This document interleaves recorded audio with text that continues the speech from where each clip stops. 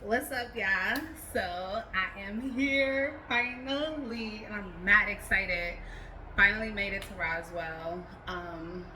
This was my first apartment when came to Georgia. I just knocked on my old door. They did not answer. I don't care. I'm knocking on doors. What's up? I used to live here.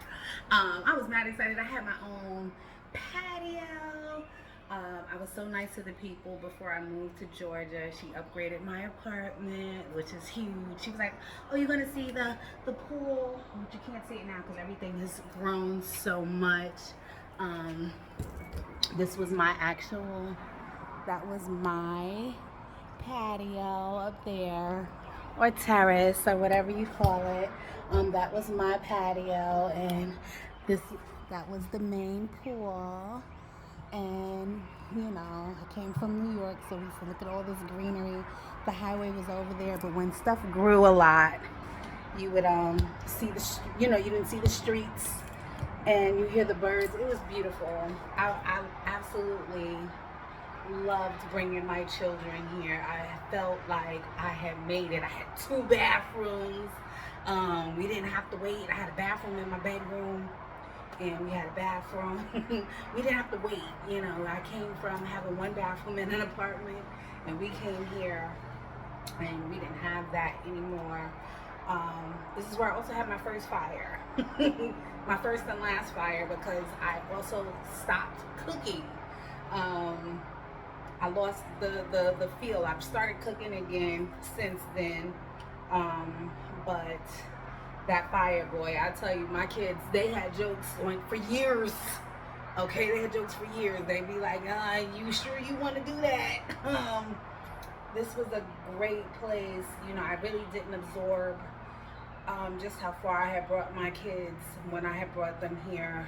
We were literally fresh off of Amtrak. I took Amtrak to Georgia because you could bring the most luggage, and baby, I had baggage. Okay, I packed up our lives. What I didn't pack up, I had sent before. I had U-hauled a lot of stuff, but our last month of living, I had put in bags, and our gonna be good bags, gonna be gone bags, and brought here.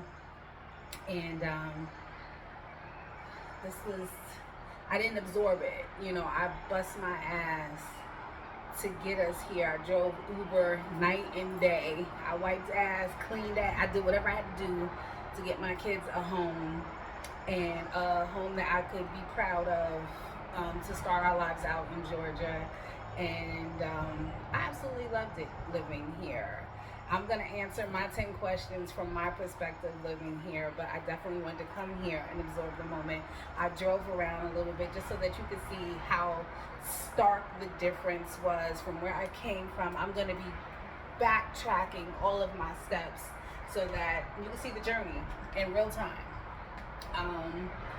And it's gonna be so good. It's gonna be a little emotional one time, but I'm a girl that's been through some things, and at the time I was just so busy moving. My brain was going so fast, and I wasn't really taking all of it in at the time. And I don't think we really give ourselves enough credit in those moments. I was definitely counted out. And that's fine because I never count myself out. I had lost my Section 8, I had lost my apartment and housing. My family was like, "Bitch, you're a loser. You ain't gonna be shit." And I was like, "I beg to differ. I don't need Section 8 to make it. I'm gonna be just fine." And I am a testimony to that. And I'm not done. I'm just getting started. Unfortunately, I had to take a lot of, and I'm still taking them.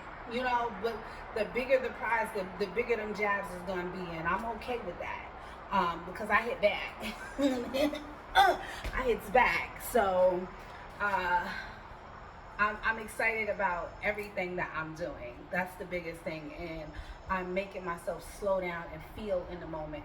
One thing that really stood out to me when I first got here, coming from the hustle and the bustle of New York, like And again, I drove Uber, so it was a different kind of energy. It was like, New York has an energy, but when you're in a service industry in New York, it's even different because people don't necessarily see you as a person, they see you as a service. So you are expected to move even faster than a typical New Yorker. So people would like literally get in my car, and before the door closed, they like, bitch, why you not moving?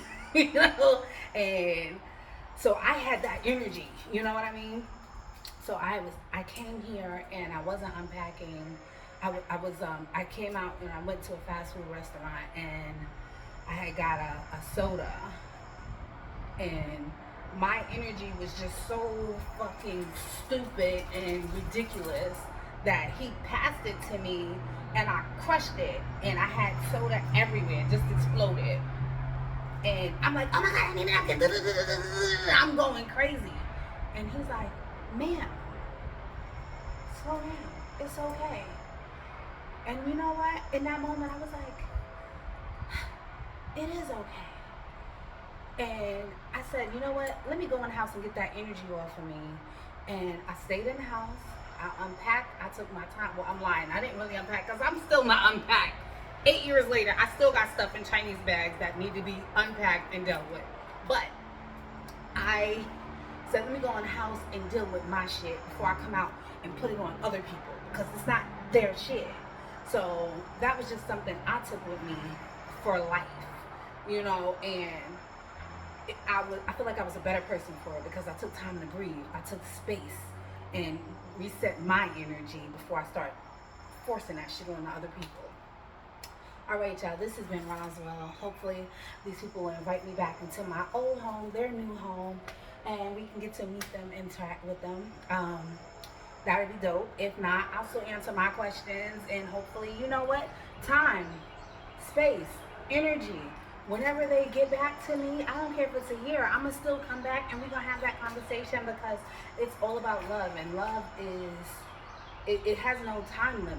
You know what I mean? So just because it doesn't move on my accord, because I'm here today and they're not here, doesn't mean it's a missed opportunity.